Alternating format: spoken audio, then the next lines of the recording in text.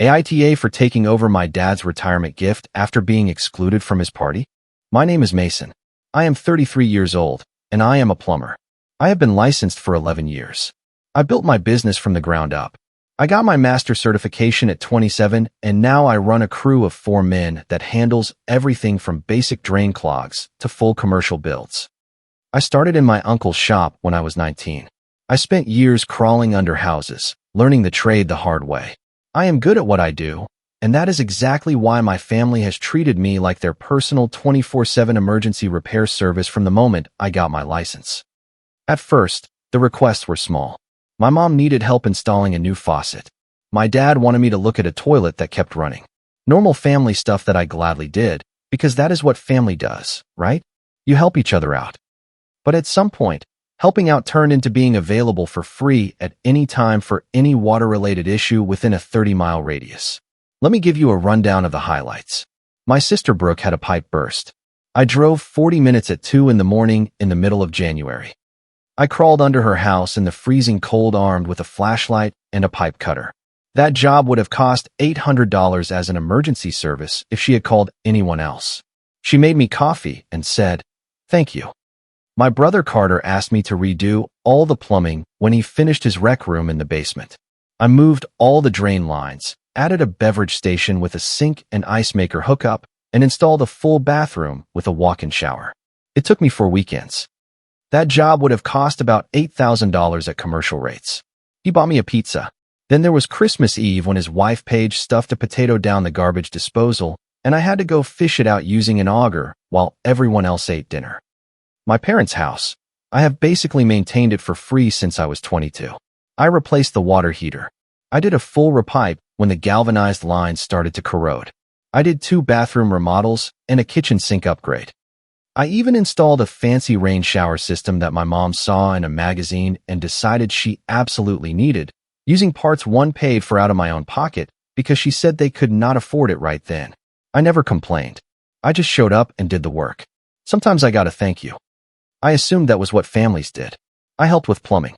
My brother Carter, who is an accountant, probably helped with taxes and financial planning. My sister Brooke, who works in event planning, surely helped organize family gatherings.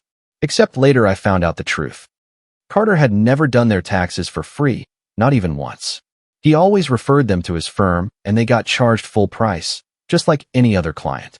Brooke never organized a family event without billing for her time and expenses. I was the only one working for free, the only one expected to drop everything and show up at any hour. Then came the week before my father's retirement party, and that was when everything started to go wrong. My mom called on a Sunday night while I was watching a game.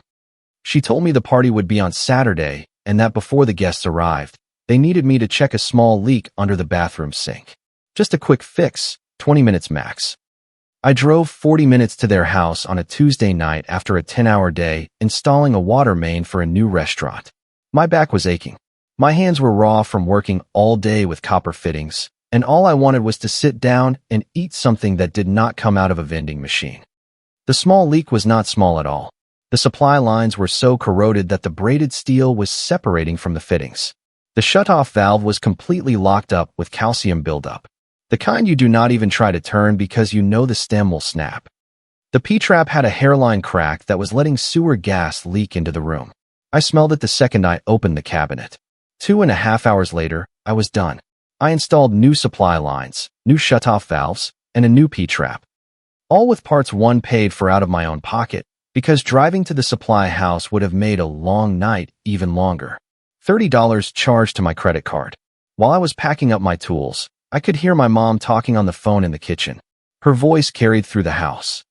She was coordinating the food for the party, confirming the details for Saturday, the seating chart already finalized, and making sure Uncle Gary knew the time had changed to 4 instead of 5. I walked into the kitchen, still holding my pipe wrench, and asked what time I should arrive on Saturday. I figured I would go early, help set up chairs, or do whatever was needed. As always, my mom's face did that thing. That tense half smile I had seen before, right when she was about to deliver bad news. She slowly hung up the phone. She said the party was actually going to be pretty small, just immediate family, that they wanted to keep it intimate and manageable. I pointed out that I was immediate family, her own son, and that I had literally just heard her mention Uncle Gary, my dad's second cousin who lives 3 states away, a guy who shows up to family events maybe once every 4 years if we are lucky. My mom started stammering, looking for words. She talked about space limitations, how they had already confirmed the final headcount with the caterers, how awkward it would be to change it now, how the seating chart was already done. I stood there in my work clothes, my hands still dirty from fixing her plumbing, watching my mom explain to me why I had not been invited to my own father's retirement party. The party that would be in 4 days at the house I had just prepared for free for 2.5 hours, just like I had done for 11 years. She said it was nothing personal, that they would do something with me separately, maybe dinner the following week. At that moment, I did not argue. I did not yell. I just nodded, packed up my tools in complete silence, and walked out to my pickup truck. She followed me outside, still making excuses. She said I was being a little dramatic, that she did not understand why I was being so serious, that in the end it was just a party. I got into my pickup truck, started the engine, and drove off without answering. Here is what she did not know. What nobody knew. 3 months earlier, I had booked a trip for a week to Costa Rica as a retirement gift for my dad. A nice resort on the Pacific coast called Blue Beach Resort. Ocean view room, upgraded from standard to premium because I wanted it to be special. Meals included, airport transfers, the whole package. I had been saving up for over a year. Every extra job, every side project, every weekend hour. It all went into the Costa Rica fund. $2,300 total. I had coordinated with my business partner, Colin, to cover my jobs while I was away. I was going to surprise my dad at the party, tell him we were leaving the following month, just him and me, a trip to celebrate his 35 years of hard work. I had even bought a ridiculous Hawaiian shirt to wear when I handed him the tickets. I had the whole moment planned out in my head, but I was not invited to the party. That night, I sat in my apartment staring at the resort confirmation on my laptop screen. $2,300 already paid. A deposit that was non-refundable. A gift for a man who apparently did not need me at his big celebration. But what really hit me was not the money. It was what I realized around midnight while I was still sitting in the dark. They did not forget to invite me. They decided not to, and there is a huge difference. They did it on purpose. I was not an oversight or a mistake. I was someone they chose to exclude while still expecting me to fix their plumbing 4 days before the party. I sat there a while longer turning everything over in my head, until finally, I did the only thing I could think of. I called my best friend Shane. We have known each other since 7th grade. Now he is an electrician, runs his own crew, and has that kind of dry humor that always gets us into trouble at the worst possible time. He is also the kind of friend who showed up with his truck, no questions asked, the day my ex moved out. I told him everything that had happened. Shane stayed silent for a few seconds. Then he asked if the reservation was under my dad's name or if I could change it. I pulled up the confirmation. Premium room for 2 guests. Names could be modified up to 48 hours before arrival for a $25 admin fee. Shane blurted out, "Bro, we are going to Costa Rica. Your dad can celebrate his retirement by finding out how much a real plumber charges." I laughed for the first time in hours. Then I changed the reservation. Mason and Shane. Departing Saturday at 6 in the morning, the exact same day as my father's retirement party. The alarm went off at 4 in the morning on Saturday. Shane picked me up at 5:15 in his truck, both of us running on black coffee and spite. By the time my family would be gathering at my parents' house for cake and food, we were 30,000 feet up watching the sunrise through the plane window. Shane ordered a ginger ale and started reading a fishing magazine. I just stared at the clouds and honestly, I only felt relief. My phone was on Do Not Disturb. Only 3 contacts could get through. My friend Shane, my business partner Colin, and Mrs. Donnelly, my elderly neighbor who kept an eye on my apartment when I traveled. My family was not on the favorites list. They had not been for years. The only calls I ever got from them were to ask me to fix something or to complain about something that, according to them, I had not fixed fast enough.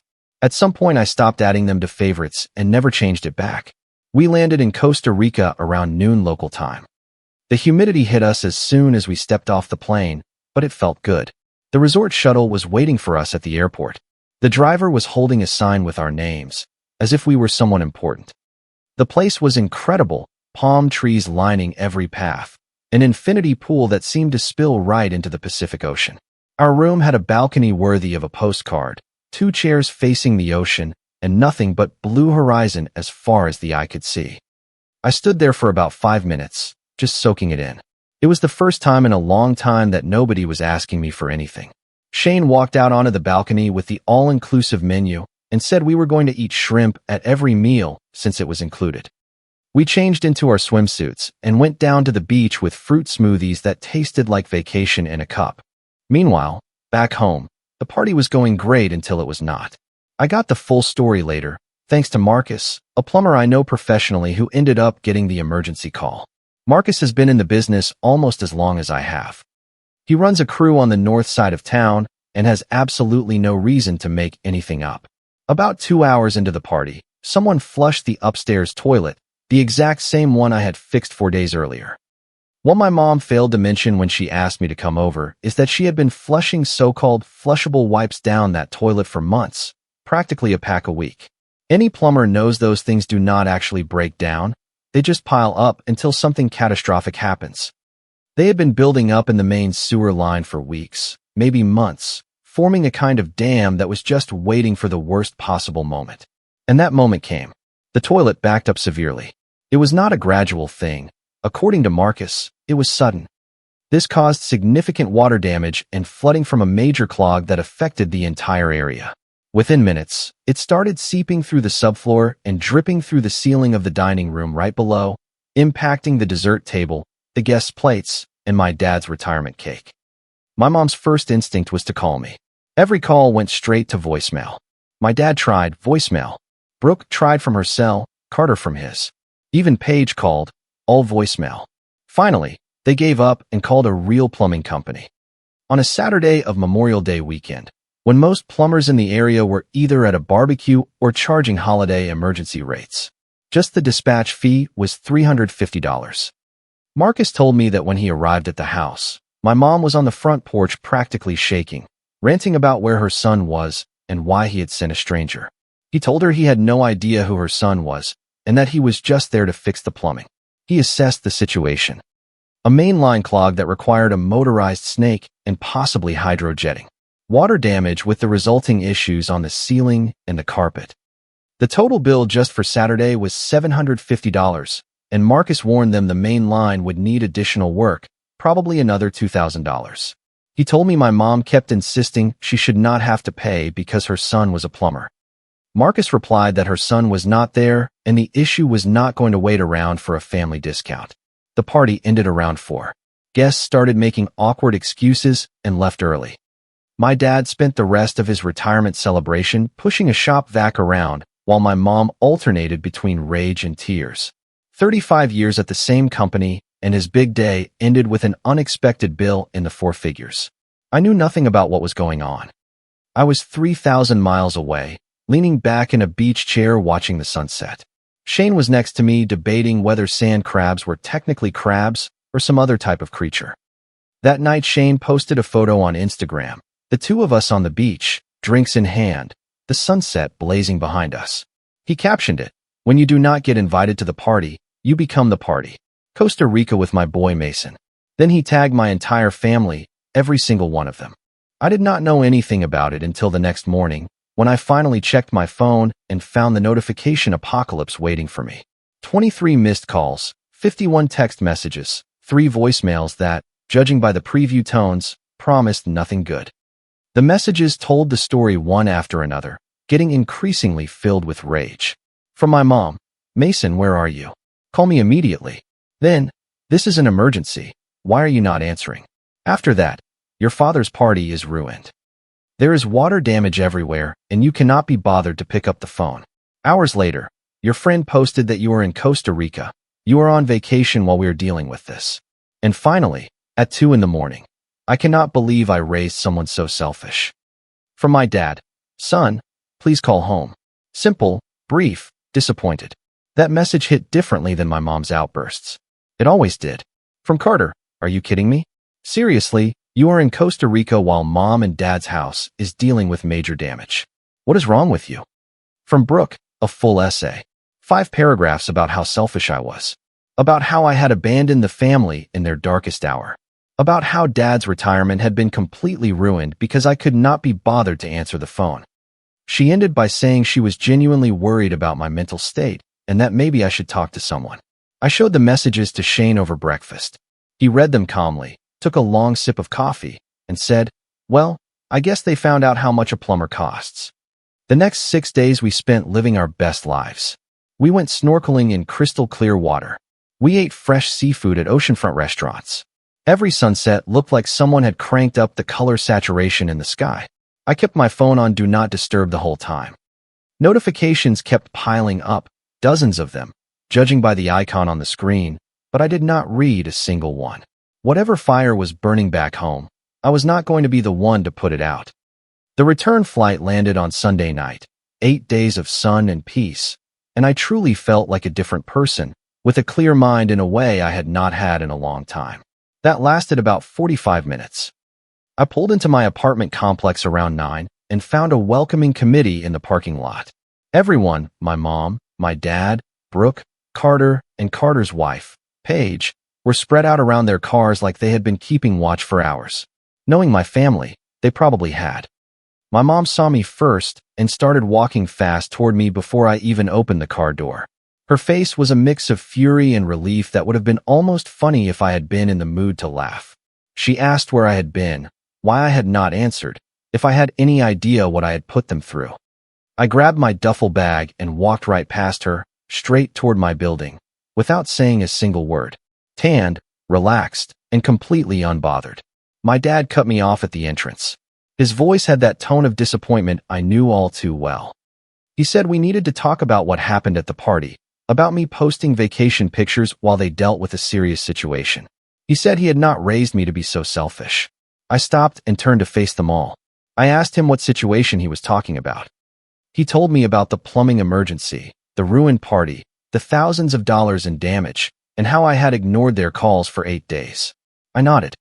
Then I told them the Costa Rica trip was supposed to be his retirement gift, that I was going to surprise him at the party, hand him the tickets in front of everyone, a father and son trip. Nobody said anything. My mom's mouth opened and then closed. Carter even took a step back. Even Paige, who rarely showed emotion, looked uncomfortable. But I was not invited to the party. I continued. So I took Shane instead. The silence was so long I could hear the traffic behind us. My mom started stammering. She talked about the seating chart, how they already had the confirmed head count with the caterers, how they did not think I would mind. I held up my hand. 11 years, I said. I fixed your plumbing for free for 11 years.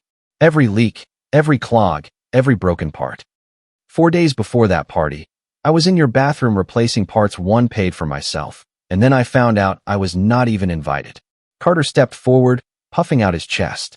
That move stopped intimidating me when we were teenagers. He said none of that was an excuse to ignore their calls when they needed me. I asked him when was the last time any of them had called me for something other than free labor. There was no answer, so I made it crystal clear. From now on, they could call my business line during business hours. I would schedule them like any client and charge them like any client. The emergency fee was $250 just to show up, and on weekends, I charged an extra 50%. My mom looked like I had slapped her. She asked if I was really going to charge my own family. I told her I was done being their unpaid employee.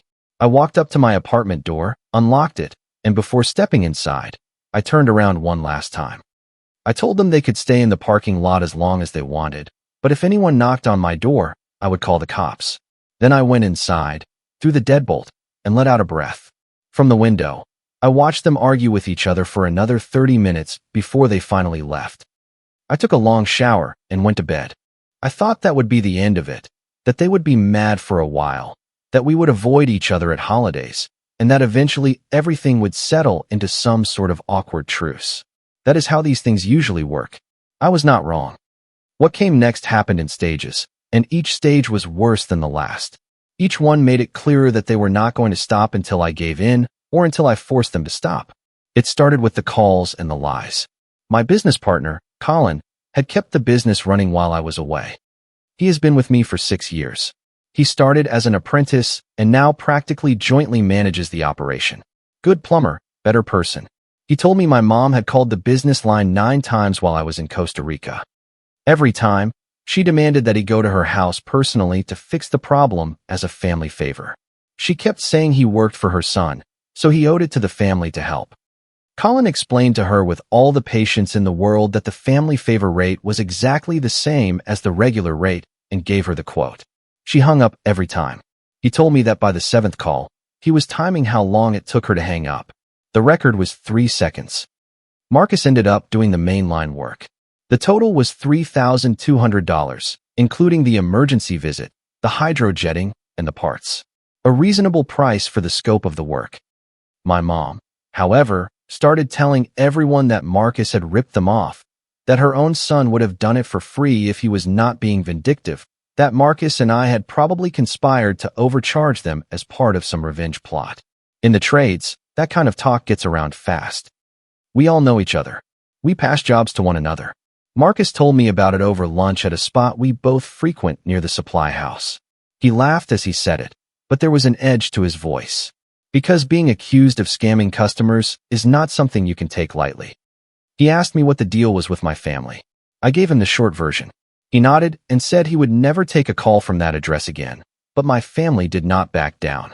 They tried different angles. My sister Brooke showed up at one of my job sites 2 weeks after I got back. I was doing a bathroom remodel for a longtime client, Nicole. I was replacing the shower valve and upgrading the fixtures. When Brooke walked through the front door like she owned the place, I was literally inside the wall, headlamp on, torch in hand, soldering a copper fitting. She had tracked my location through the business's social media. Nicole came out into the hallway to see who had arrived. Brooke walked right past her without even acknowledging she existed. She announced that we needed to talk.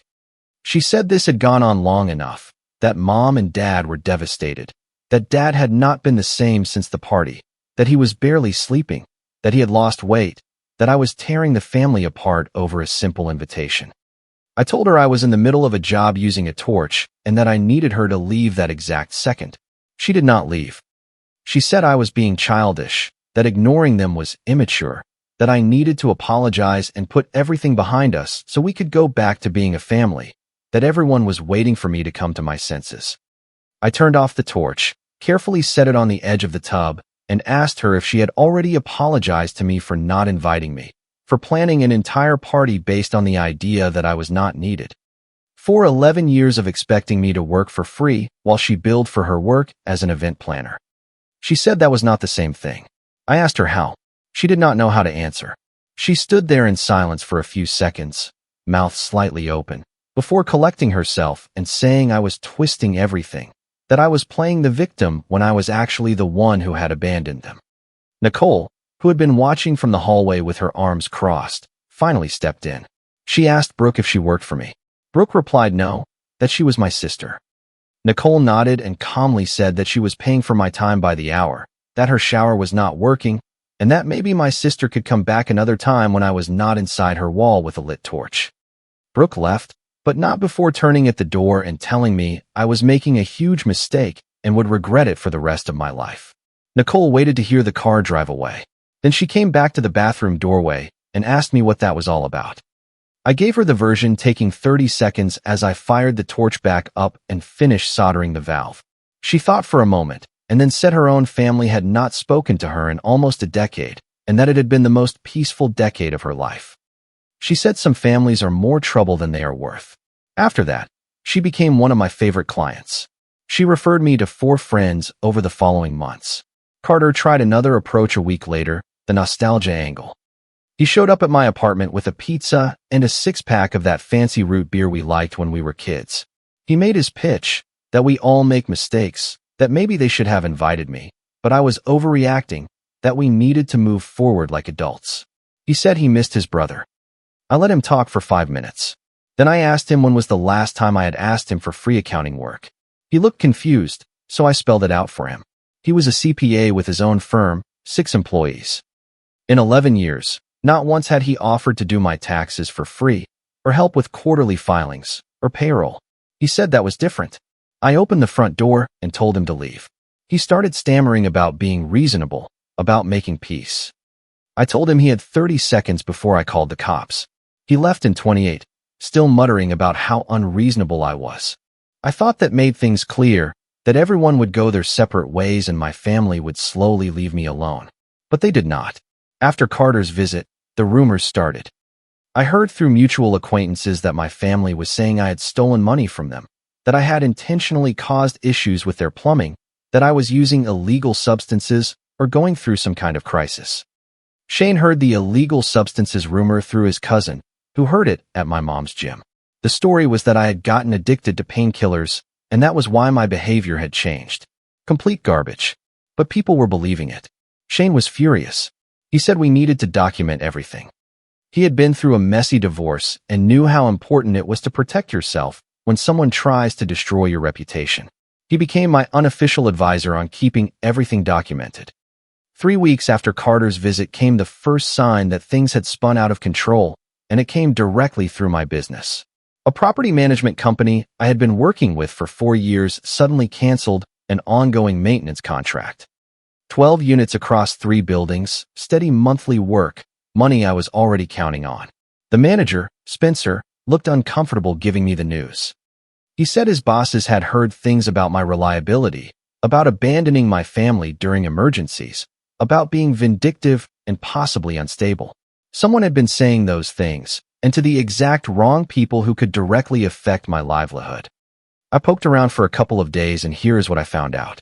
My mom had basically launched a one-woman smear campaign.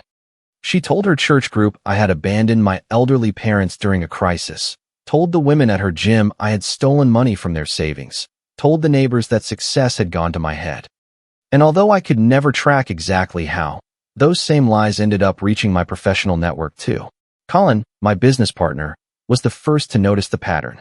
He was tracking our bookings, and the numbers had dropped almost 20%. When I told him what I had found out, he said it straight. That is tortious interference, a legal term for deliberately sabotaging someone's professional life. I reminded him she was also my mother. He just shrugged and looked at me as if to say, family or not, they were hurting me. The harassment in person escalated too. One morning my dad showed up at a residential job site and stood in the driveway for over an hour, arms crossed, refusing to leave until I came out. The homeowner, Mrs. Walsh, ended up threatening to call the police. He left, but she asked me to finish up quickly and paid without the usual friendly small talk. My mom went even further. She convinced a neighbor to let her into my building by saying she was coming for my birthday. My birthday is in March. This was August. She stood banging on my door for 45 minutes, alternating between tearful pleas and furious accusations. I did not open the door and yelled that I was calling the cops. She left when she heard sirens, even though they were not for her. The breaking point came on a Thursday morning in early September.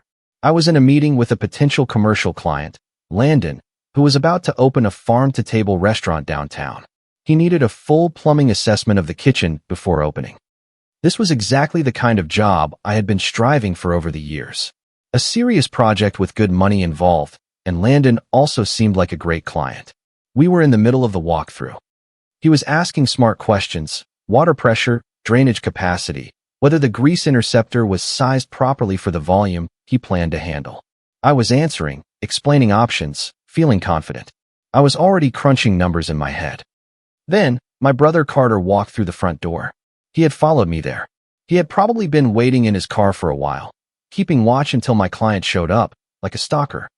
Without even introducing himself to Landon, he started talking loudly about family business, as if we were in our parents' kitchen and not in someone else's future business. He talked about how I was abandoning our parents, how Dad's health was failing from the stress, how everyone was worried about me.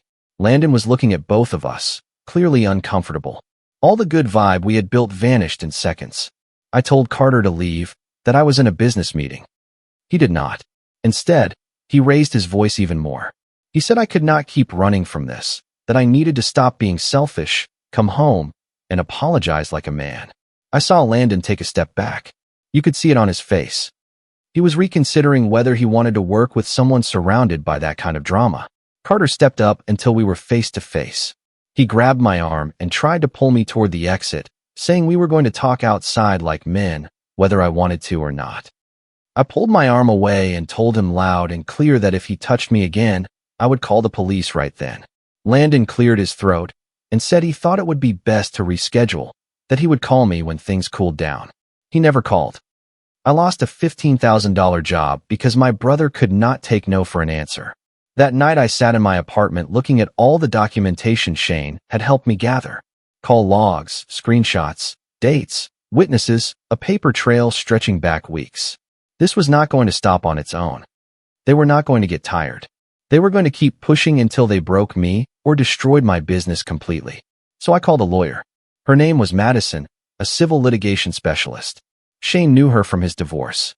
He said she pulled no punches. I brought her everything. Screenshots of messages and social media posts. Call logs. Lost contracts with dates and amounts. Statements from Colin and Nicole documenting what they had witnessed. She reviewed it all calmly, taking notes. When she finished, she asked me what outcome I wanted. I told her I wanted them to stop, that I wanted my life back. Here is what we are going to do, she said. First, a formal cease and desist letter. Put them on notice that what they are doing has legal consequences. Put it on the record that they have been warned. Most people back off when they see a law firm's letterhead, but my family was not most people. The letter went out on a Tuesday. By Thursday, my mom had posted on Facebook calling me an addict and saying I had abandoned my elderly parents. She tagged the extended family, church folks. She made it completely public, as if she were daring me. Madison did not hesitate. Fine, she said, then we escalate. She filed for a temporary restraining order based on the harassment, the job site ambushes, the stalking at my building, and the consistent pattern of showing up uninvited. The Facebook post helped. The order was granted. The process server tracked all 4 of them down. 2 days later, my dad showed up at my apartment anyway. He banged on my door for 20 minutes. I did not open it. I called the police non-emergency line. The officers arrived, documented the violation, and ordered him to leave. They warned him that another offense could end in an arrest. That incident became important later. Madison did not file a full defamation lawsuit. She explained to me that those cases are expensive, slow, and hard to win, even when you are right. Instead, she did something smarter. She sent a letter to their lawyer, detailing all the evidence we had gathered. The letter made it clear that if the case went to trial, we would seek full compensation plus legal fees, but it also offered an alternative, mediation. Their lawyer responded a week later. They wanted to talk. The mediation took place in a neutral downtown office. It was a conference room with a mediator, both lawyers, and us. Colin, my business partner, attended as a witness. It was the first time I had been in the same room with my family since that night in the parking lot. My parents looked tired. Carter sat with his arms crossed, and Brooke avoided eye contact. Their lawyer started with the typical speech about high emotions, finding a path forward, and healing relationships. Madison cut him off. "We are not here to fix relationships," she said. "We are here to agree on terms that make this stop." Then she laid out the conditions. They had to stay a minimum of 500 feet away from me, my home, my business, and any job site. No contact whatsoever, direct or indirect. A written retraction sent to everyone they had lied to, and reimbursement of $14,000 for documented business losses. They pushed back. They said the money was too much, that the retractions were humiliating, that they should not have to admit they did anything wrong. Madison then made the alternative crystal clear. We had the documented restraining order violation by my father, my mother's Facebook posts calling me an addict made after the cease and desist, client statements, lost contracts, and a completely solid paper trail. If we went to trial, we would ask for more than $14,000, and everything would be public. The mediator suggested a break. When we came back, their lawyer spoke for them. They accepted the terms. No trial, no courtroom spectacle, just paperwork and a check. The retraction letters went out the following week. My mom had to send them personally to her church group, her gym, and everyone she had told those lies to. In them, she clearly stated that her accusations of theft, plumbing sabotage, and substance abuse were false. The check cleared 2 weeks later, $14,000. I heard from Uncle Gary that they had to dip into their savings to pay it. He also said that in his opinion, I had handled the situation correctly. The restraining order stayed in place. A judge made it permanent at a routine hearing where no one objected. Walking out of that hearing, I did not feel like I had won a massive victory, nor did I feel vindicated. I just felt like it was all over. The months that followed were quiet in the best possible way. No job site ambushes, no lies circulating in my network, no one showing up at my door or treating me like I owed them free labor for the rest of my life. I rebuilt what I could. Some clients came back when the truth started coming to light. The retraction letters helped. Spencer, from the property management company, called me personally to apologize and asked if I would consider taking the contract back. I said yes, at my standard rates. He said he thought that was more than fair. Nicole referred me to 4 friends, and they all became regular clients. It turned out she knew a lot of people who appreciate good work and pay on time. Marcus started sending me jobs when his schedule got full. Sometimes we got lunch together and traded war stories about difficult clients. Colin and I hired an apprentice named Connor, fresh out of trade school. I also heard through the grapevine that my parents' social circle had shrunk quite a bit after they sent out the retraction letters. Apparently, people do not like finding out they have been lied to. My brother Carter's marriage was going through a rough patch. Paige, who had barely spoken a dozen words to me in years, apparently found a lot to say when she learned the whole story. Brooke moved to another state for a job opportunity, though given the timing, it seemed more like fleeing local embarrassment than just a career move. I did not reach out to them, and for the first time in a long time, I did not feel that constant obligation that had guided my decisions for years. My life is truly my own now. I run a business with people I respect. I have friends who actually want to be around me, not just use me. And honestly, that is more than enough. Comment: this story really stayed with me. I've learned that protecting your peace is never something to feel guilty about. Setting firm boundaries with the people closest to you can be one of the hardest, yet most important things you ever do. Real self-respect means knowing when to stop giving everything and receiving nothing in return. True kindness includes being kind to yourself, too. Taking responsibility for your well-being often means making difficult choices. Healing begins the moment you decide you deserve better treatment. I hope this encourages you to look honestly at the relationships in your life. Remember that choosing peace isn't giving up. It's finally choosing yourself. If you liked it, don't forget to leave a comment and support the channel by subscribing. See you in the upcoming stories.